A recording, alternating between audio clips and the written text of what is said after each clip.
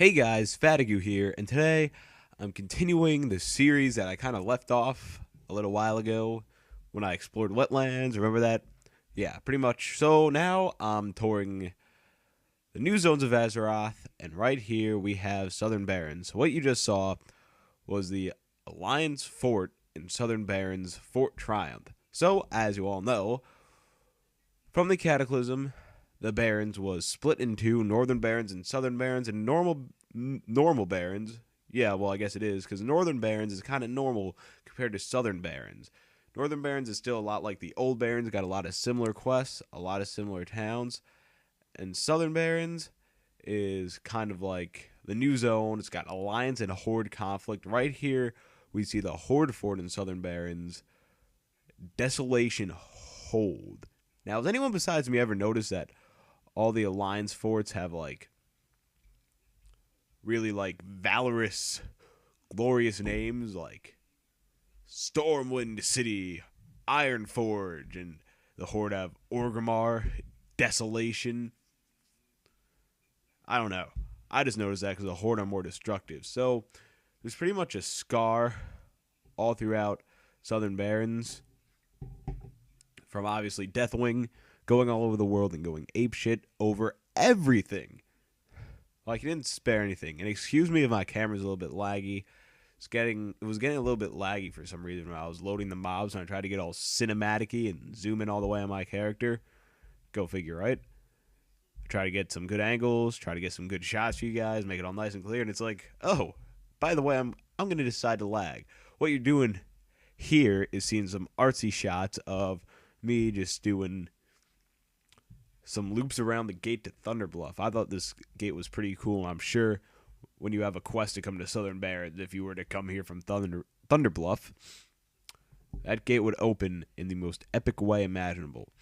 So as you can see from the terrain here as I go across, pretty similar to the old Barrens, obviously, because all that really happened was a split.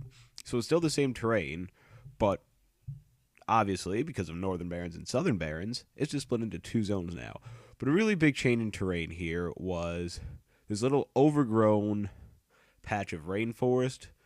Because when Deathwing destroyed the Earth, clearly he was like, oh, I'm the aspect of death, but somehow when I destroy stuff, a lot of stuff's going to die, but a lot of stuff's going to grow. So now we have these tentacles growing out of the ground and a rainforest in the middle of the, well, not exactly a rainforest. That was the wrong wording for it.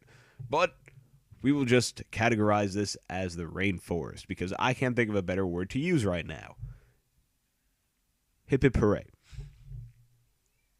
Yeah, so he created death and life at the same time. He is God. Exactly. So here is the moment you've all been waiting for if you haven't seen it already, which I'm sure most of you have, but hopefully you're still getting entertainment out of this. The scar. Look at that. That's pretty badass right there. That's pretty awesome. Just look at that. That thing is just boom. Look, that's like at least 4 or 5 layers of earth and then down to lava. Like, if you were to fall into that, there's no coming back. Like, you could be like, oh, I fell to rocks but broke my leg. No. You're falling into fire and you're getting incinerated down there. Like, if you, like the Horde taking like an alliance guy like hostage, all they'd have to do is take their mounts, just fly him over there, interrogate him, get some info. Once they get him, boom, drop him in the cracks. There we go. Now, a little bit that I was confused about was the water in this little scar here is at a lower level than the lava. How does that work? Wouldn't lava be closer to the center of the earth? Now, this water flows into the river that you see in the middle of Durotar, but I don't know. I just thought that was a little bit confusing that the water would be at a lower ground level than the lava, which is supposed to be at the core of the earth. Go figure, right? So I just did some of the key points of the areas over here.